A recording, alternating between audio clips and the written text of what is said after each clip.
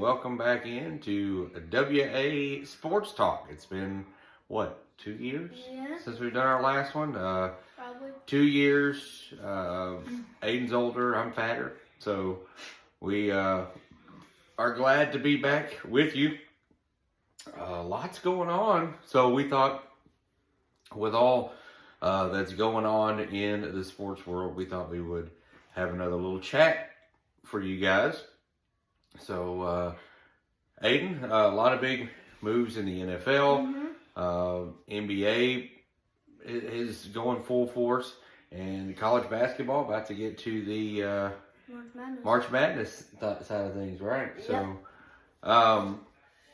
I think with football, with the NFL, some big moves have been made over the last few weeks. That have been kind of head scratchers for some teams, and some teams smart moves. Today they just announced that the Bills locked up Josh Allen with a big contract. That's massive. You got your quarterback from now on. The Browns locked up Myles Garrett to a big contract after he was they were talking about him possibly, testing free agent waters, and yet he signed a big deal. $40 million. Lots of trades going on as well. And a free agent signing for a wide receiver today is Davante Adams goes to the Rams. And then, so the trades, DK Metcalf goes to the Steelers, where he'll be reunited with Russell Wilson. Oh, yeah, that's going to be a good Possibly. And then last week, Geno Smith was traded to the Raiders. So the Seahawks have shipped out a lot of their players. They released Tyler Lockett. So I guess they're looking to build from kind of the ground up, even though they've been competitors over the last few years. In the West, and I don't see them not being a competitor in the West. I mean, you're looking at the last years of who's the guy I'm thinking of? Matt Stafford. Yeah. And then San Francisco's had some injuries. Plus, they trade off Deebo Samuel. Oh, yeah, to the Commanders. To the Commanders. I almost said Redskins. You know how long it's been since they've been the Redskins? Yeah. So Washington means business now. The Eagles have cut Darius Slay. Surprisingly. To make some room. But they locked down Saquon Barkley to a big contract. So that was good there. What am I missing? The Dallas Cowboys have done nothing but hire a head coach that was already on staff. But hey, who's counting? Hey, says the one that their team doesn't know how to do anything in the offseason. They did restructure Dak's contract so that maybe they can go out and make some moves, I guess, during the offseason. They talked about drafting a QB in the draft to back up Dak, but what about the running back position? Like Ashton Genty is in there. There's a lot of big people there. There's a lot of people in the draft. Abdul Carter, and a big QB, like a lot of good QBs. There's several QBs in the draft, yeah. But you don't take a backup in the first round. I mean, if you're going to take a quarterback in the first round, that's going to be your starter. So the Cowboys aren't going to take a quarterback in the first round unless they're looking to move Dak. And so, or trade down for a pick. I mean, they could trade out of the first round and then pick something. I don't know, but you're not gonna see them trade out, or they're not going to pick up a quarterback in the first round unless they're planning on cutting Dak, or not cutting Dak. They just restructured it, but trading him.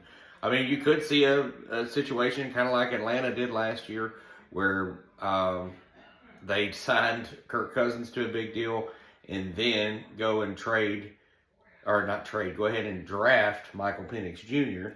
Yeah. But Now, why would you pass up on Ashton Genty though? He's not a quarterback. I'm saying, why would the Cowboys pass up on a good running back to replace the running back they already have? Yeah, they wouldn't. But that's what I'm saying. Exactly. You were talking about quarterbacks. I'm saying they're definitely not going to pick a quarterback because there'd be no reason to pick a quarterback. You have your quarterback, at least for now. There's been talks.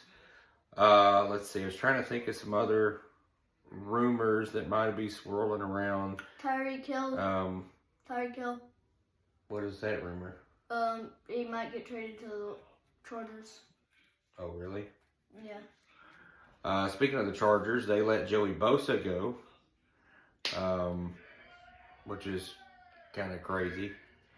Let's see what else. The Giants are linked to Aaron Rodgers. Aaron Rodgers had been linked to the Rams, but the Rams, when they signed Matt Stafford to a deal, they kind of squashed that. So now I could see him maybe playing in Seattle. Seattle is on the West Coast. It's close to where he's from. He's from California originally. Well, So, what type of draft capital does the Seahawks have? Like, what pick do they have? Do they not have a first rounder? they do. They do. I'm just saying that's an option. If they don't like their option at quarterback in the draft, Yeah. they could sign Rodgers and have him play quarterback for at least a year or two for him. He has to accept the contract, though. Well, yeah, he'd have to sign it, obviously. But, all right, so NFL, we've looked around in there. I don't think we've missed much in the NFL. I think, there was lots of coaching hires over the offseason, some big splash hires. Yeah. I think one of the biggest surprises was Bill Belichick didn't get another NFL job. Instead, he's got a coach in college football. UNC. Yeah, he's at North Carolina. And and he's kind of the first one that's going to kind of run his team like a business, even though it's college, because that's kind of where we're getting at in college sports. So he hired like a GM to help him go out, scout players and things like that. So it's going to be interesting to see how some of this stuff goes over the next few years in college college football, well, in college basketball too, with NIL and the fact that a lot of these schools are hiring GMs to kind of track players and different things like that. But let's see, did we miss anything in the NFL? Oh, I got a question for you. Okay. So they talked about Cesar going 7th. Who do you think the top 6 would be over him?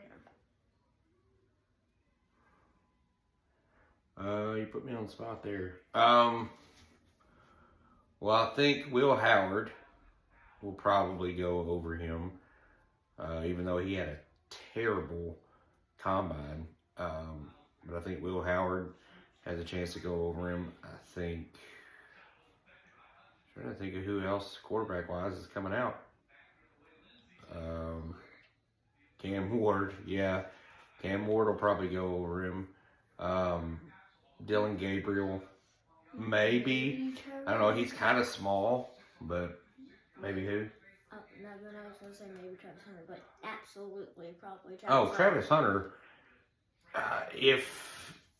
If the Giants go after Aaron Rodgers and sign Aaron Rodgers, they're drafting Travis Hunter. Now, do you think he'd be there for the 3rd pick? Because we got the Titans ahead of him with the 1st pick. Well, the Titans have Will Levis. But Will Levis hasn't done great, and I would expect them to get Cam Ward.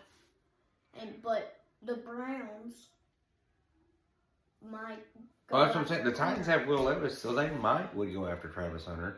Wait, is that the Raiders up there too? Who'd you say had the 2nd pick? I think the Browns, right? Or I is think it so. Raiders? I'll have to look at that. Well, Anyways, we'll do that closer to draft time. We'll talk about those kind of things closer to draft time. But as far as the NFL goes, I think that's pretty much got us covered on NFL talk. So let's go into NBA talk. So lots of big things happened in the trade deadline and all of that in the NBA since we're on the backside of the NBA All-Star game. So now we're really starting to have playoffs take shape. The Eastern Conference is kind of down to 2 or 3 teams. The Western Conference has got about 4 teams probably. I still think the Oklahoma City Thunder is the team to beat in the West. Now we do have some new life in the Lakers, and we'll talk about that in a second. But the Lakers are now up at 2. The Grizzlies are in the top 4. I think the Rockets are still up there in the top 4. Really? Mm-hmm. That's a surprise. So, or they have been. They may have fallen recently, but then you look on the Eastern Conference side. You've got, of course, the Celtics, the Cavs. Trying to think of who else could make a run on that side. The Bucks, probably. Now, they haven't been doing well. Like Dame and Giannis has had great chemistry, but after acquiring Kyle Kuzma and the trade deadline, their teams increased. Their team's gotten better since the trade deadline. Well, and so speaking of the trade deadline, there was a couple of moves in the trade deadline that were big, but none bigger than the splash move between the Dallas Mavericks and the LA Lakers. Now, Aiden, we've got a portion of the show where we do a certain thing, and we call it a certain moment. And they're close. We had a close one here. Oh, really? I thought this was the one that you were going with, so that's why I set you up.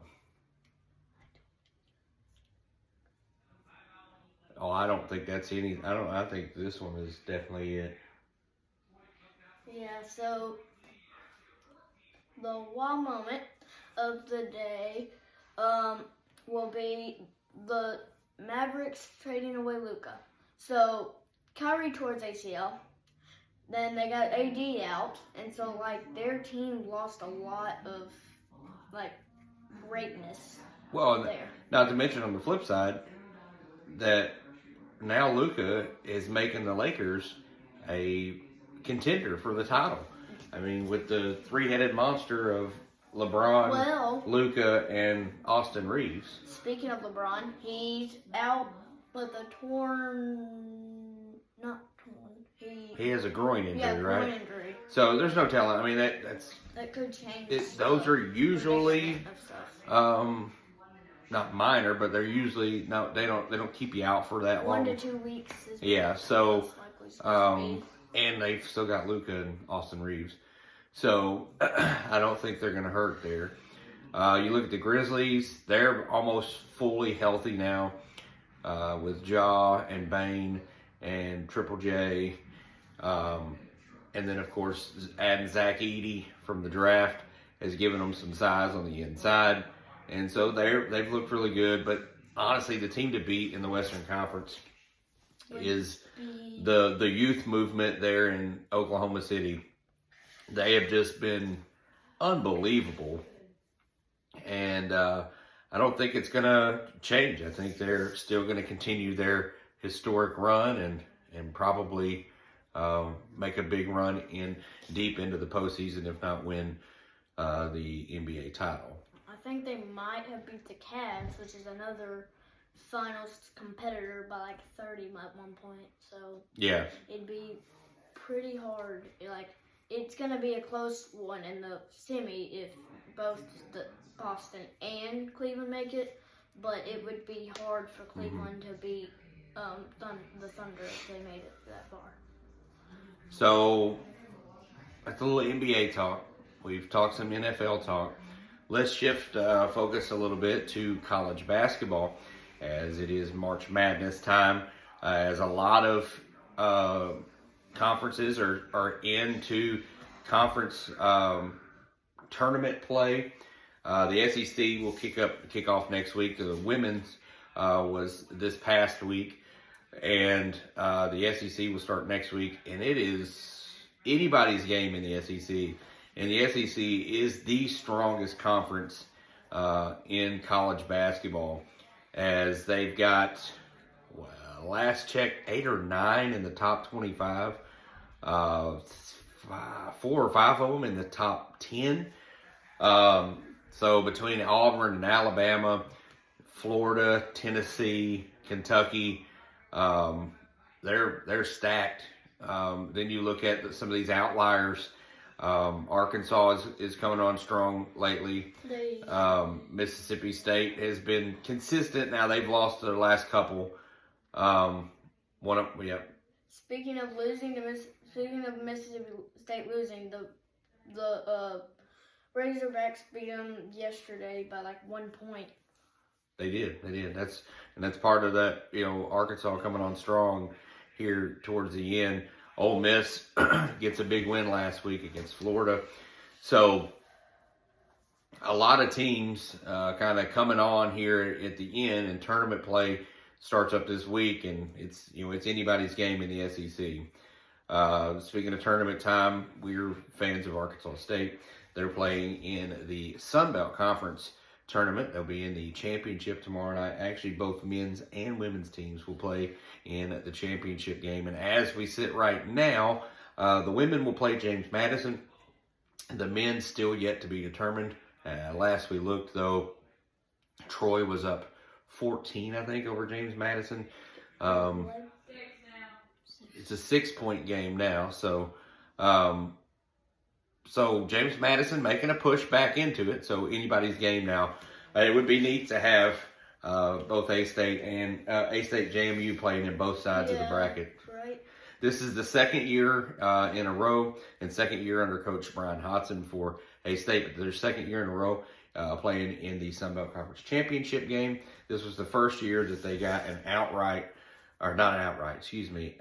conference regular season title since 1999. They did share it with South Alabama, Troy, and James Madison, all 4 teams of which were in the semifinals. So that's kind of how it was supposed to play out. That's how it did play out. Now the 4 seed is waiting to see if they're going to play the 2 or 3 seed in the final, as A-State wins by 3 today over South Alabama to punch their ticket. The women, they were picked 13th in the conference, and what a great job this team has done. Coach Destiny Rogers has done, and they finished 2nd in the conference. I think that Des really deserves that conference Coach of the Year, but they gave it to JMU's coach, which they didn't lose a game in conference play, so you kind of got to hand it to them. They only lost like 5 completely. So. Right. Now, they did not play A-State in the regular season, so this will be their first matchup of the year tomorrow in the championship. Back to the men, today was their 24th win, I think, of the season, which is the record for most wins by a A-State basketball team in history. So Coach Hodson comes in, has completely changed the culture of this team, playing in their 2nd championship in a row with a chance to go to the NCAA tournament, the most wins in school history, and they only had 2 players in the all Sun Belt Conference stuff. No honors, big honors for any of them. But hey, I think they'd rather win a championship than get their flowers as an individual person. So right, because as getting something as a team is better as getting something as one person. Because if you've ever heard of there's no I in team, well, that leads to that pretty much. Yep. Did we miss anything? Baseball. Well, it hasn't really started. But there is spring training. Stuff. The free agent stuff. Oh, well, our team did no free agent stuff. But there's other teams that did. The Mets re-signed Pete Alonso. and they signed Juan Soto in the offseason. The Dodgers just keep stacking talent on talent on talent on talent on talent. The Cubs signed Justin Turner to play third base for them and traded for Kyle Tucker from the Astros. Let's see, what else? Cardinals didn't do anything. Did I mention that? Yeah, They did absolutely zero, squat. In fact, they talked about trading their third baseman all offseason and have yet to do it. And didn't sign a single free agent. All they did was get rid of the whole team. Yeah, they didn't get rid of the whole team. There's Pretty only two players. 3 players didn't return. But they were pretty good players that didn't return. Yeah. I mean, they were good players, but... We got rid of Tommy Edman. They traded him last year during the season. Still. We should have kept him. So, I think he's happy where he's at as a Dodger. Because we wanted... They're going to win championship after championship after championship because that team is they stacked. just keep stacking players on top of player on top of player on top. I mean, they, like, one injury happens, it's not going to hurt them because this will be the next all-star up. Like, so, their depth chart is like this big. Yeah. Like, that's how, and it's like this deep. Yeah. Like, below the camera. That deep. Probably into the ground. What else? We miss anything else? I don't think so. I don't think so either. Well, we just kind of wanted to get this going again. So we did cover a ton. We went over a lot, but not, I mean, no meat really. We'll try to get a little bit more into things on our next one. So we're going to try to start this thing back up and keep it going for a while. So this will be our first one for a while. Yep. And we'll come back next week with another one. So, Aiden, you got anything else to say? All right, for Aiden, I'm Wes. This is WA Sports Talk. We're out. We out.